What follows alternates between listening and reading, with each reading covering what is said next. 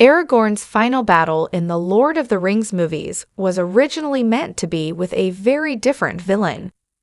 Aragorn fought a troll at the end of the Lord of the Rings movies, but this isn't the villain he was originally meant to face off against. Peter Jackson's film trilogy is often praised for its faithfulness to J.R.R. Tolkien's books, but the director still played around with a variety of non-canon concepts. Characters were cut or added in, and a great deal of action was added to the mix that either never happened in the books or was only implied. Jackson managed a fair balance in the end, but one scene he developed for The Lord of the Rings. The Return of the King would have tipped the scales.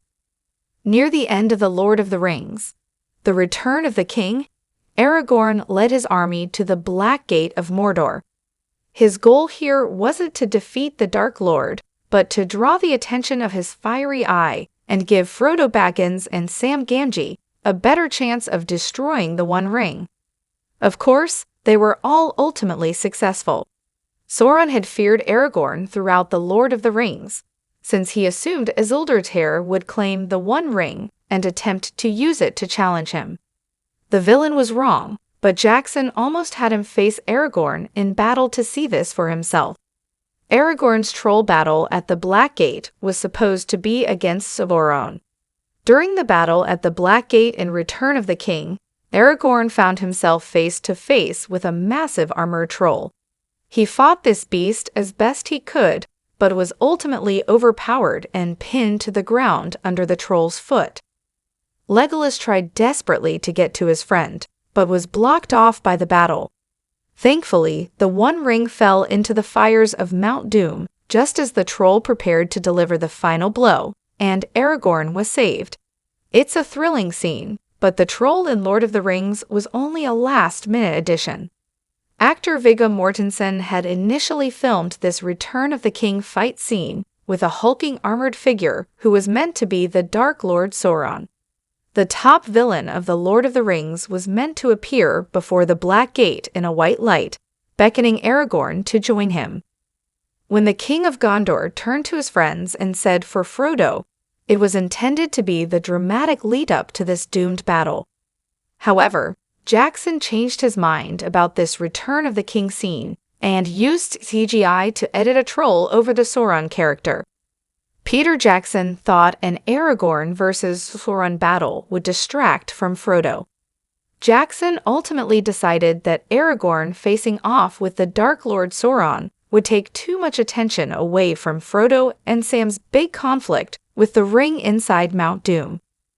We realized it was actually totally demeaning to what Aragorn was doing, the filmmaker explained, referring to the fact that Aragorn's entire purpose at the Black Gate was to serve as a distraction. The King of Gondor was never meant to be the real hero of Lord of the Rings, but a battle with Sauron implied otherwise. It was Frodo who was really facing off with the villain at the end of Return of the King, though not in the flesh. Inside Mount Doom, the end of Frodo's journey came down to his final big fight against the One Ring's temptation. Frodo, Sam, and Gollum all took part in this conclusive battle, and though Sauron had his eye fixed on Aragorn, it was he whom the little heroes of Lord of the Rings were fighting against. Having the hobbits battle Sauron's ring, while Aragorn battled the villain in the flesh outside, would have significantly lessened this impact. Ultimately, it was far better that Jackson made this big shift for the ending of his movie trilogy. Aragorn's fight with the troll is much closer to Tolkien canon, though arguments could be made for why the Aragorn and Sauron fight should have been left in Return of the King. It surely would have looked cool. The primary fact that Tolkien didn't write the battle this way is enough to win out. The author made it clear in his books that Sauron had regained a physical form and had all his attention fixed on Aragorn. However, Tolkien never even hinted that Sauron would march onto the battlefield to face Aragorn. This would have been quite silly on his part, since the whole point is that Sauron thought Aragorn had the One Ring. Tolkien knew what he was doing with his Lord of the Rings ending, and Jackson was better off trusting in the legendary author's version of the story. If Sauron had fought Aragorn at the Black Gate, he would have quickly realized that Isildur's heir did not possess his weapon after all. This might have tipped him off to the fact that there was more going on here. Perhaps he would have realized that the hobbit captured within Mordor wasn't a spy, but a ring-bearer preparing to destroy Sauron's only hope of domination. Tolkien knew what he was doing with his Lord of the Rings ending, and Jackson was better off trusting in the legendary,